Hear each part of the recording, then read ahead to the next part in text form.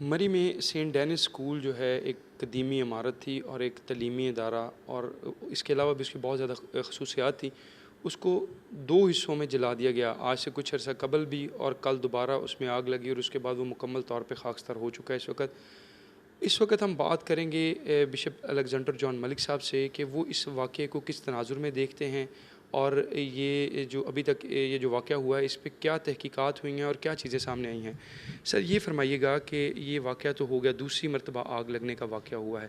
ابھی تک آپ کی نالج کے مطابق، آپ کی اطلاعات کے مطابق یہ واقعہ کیسے پیش آیا ہے اور اس میں کتنا نقصان ہوا ہے؟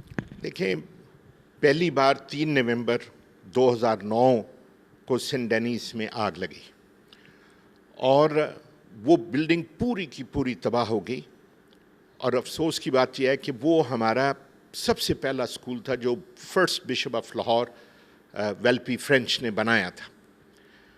اور اس کے بعد ہم نے ریزالو رکھا کہ ضرور ہم شروع کریں گے، اور ایک پروگرام کو بند کر کے اسی کمپاؤنڈ کے اندر جو چل رہا تھا retreat and renewal centre, winter break کے بعد ہم نے وہاں 6 مارچ سے اسکول کھول دیا.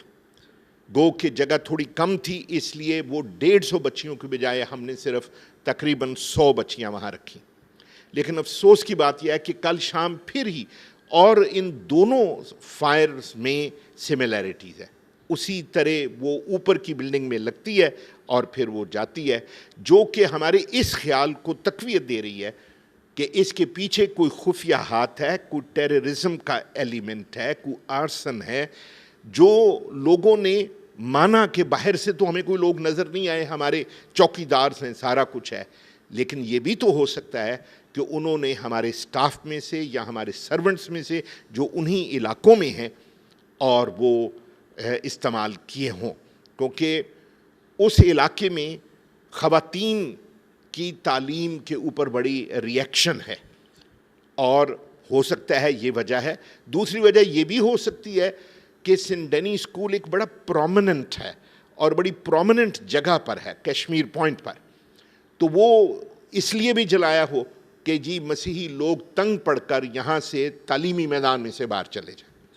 لیکن میں یہ کہنا چاہتا ہوں، تعلیم دینا ہمارا ایک مذہبی فریضہ ہے، اور ہم تعلیم دینے سے تو باز نہیں آئیں گے، لیکن اس کے طریقہ کار میں ہم فرق شاید کر لیں.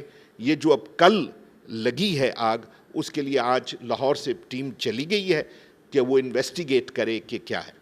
افسوس کی بات یہ ہے کہ وہاں کا جو فائر فائٹنگ ڈپارٹمنٹ ہے وہ اتنا ill prepared ہے کہ نہ تو ان کے پاس پانی انف ہوتا ہے، جب پانی ملتا ہے تو ان کے پریشر کافی نہیں ہوتا، اور وہ لوگ بھی کوئی اتنے اچھے ویل ایکسپیرینس یا ٹرینڈ نہیں ہیں. یہاں تک کہ وہ اپنا نہ ہیلمٹ پہنتے ہیں، نہ انہوں نے ایسے کپڑے پہنے ہوتے ہیں جو ان میں چستی پیدا کرے، بلکہ وہ خطرناک کپڑے پہنے ہوتے ہیں جس سے ان کو بھی آگ لگ سکتی ہے.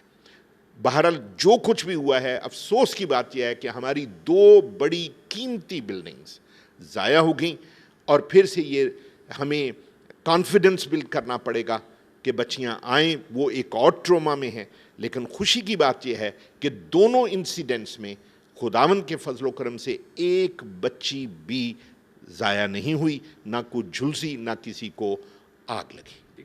سر آئندہ کے لیے کیا پیغام دیں گے آپ کہ لوگ اس سے ڈسپریڈ ہو جائیں، پریشان ہوں کہ نہیں ان حالات کا مقابلہ کریں؟ نہیں، ان حالات کا مقابلہ کرنا پڑے گا، کیونکہ تعلیم دینا ہمارا مذہبی فریضہ ہے. ہم اپنے مذہبی فریضے سے نہیں ہٹ سکتے. وہ علیحدہ بات ہے کہ ہم کب پھر وہ نئے سرے سے اسکول بنائیں اور کیونکہ یہ جگہ ایک اویلیبل تھی، ہم نے اس پروگرام کو بند کر دیا، اور جو مشنریز کی ریزیڈنسز تھیں ان سے ہم نے معذرت کر لی کہ جی 2-1 سال تک آپ کو یہ ریزیڈنسز ہم نہیں دے پائیں گے سمر ویکیشنز کے لیے. تو ادھر ہم اسکول لگاتے تھے، اس ریٹریٹ اینڈ رینیول سینٹر میں ہم نے ان کا ہاسٹل بنا دیا تھا. اسکول چلنا شروع ہو گیا، پیرنٹس خوش ہو گئے، ہم خوش ہو گئے، اور ابھی 6 ہفتے کے اندر اندر پھر آگ لگا دی اس میں. سر تھینک یو سو مچ. ناظرین، آپ نے بشپ لاہور الیگزینڈر جان ملک صاحب کی گفتگو سنی.